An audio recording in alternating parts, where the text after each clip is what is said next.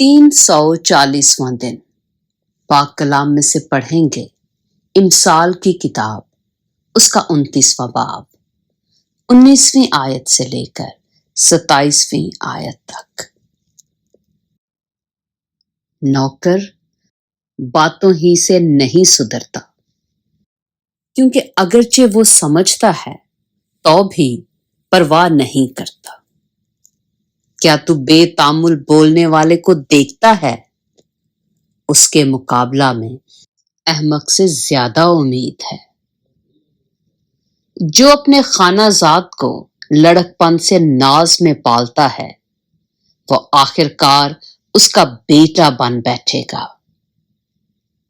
قہر آلودہ آدمی فتنہ برپا کرتا ہے اور غضبناک گناہ میں زیادتی کرتا ہے۔ آدمی کا غرور اس کو پست کرے گا، لیکن جو دل سے فروتن ہے عزت حاصل کرے گا۔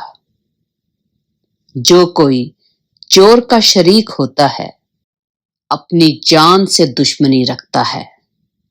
وہ حلف اٹھاتا ہے اور حال بیان نہیں کرتا۔ انسان کا ڈر پھندا ہے، لیکن جو کوئی خداوند پر توکل کرتا ہے محفوظ رہے گا۔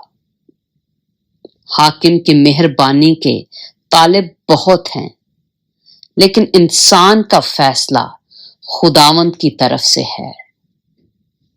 صادق کو بے انصاف سے نفرت ہے اور شریر کو راست رو سے۔ پاک کلام کے پڑھے اور سنے جانے پر خداوند کی برکت ہو۔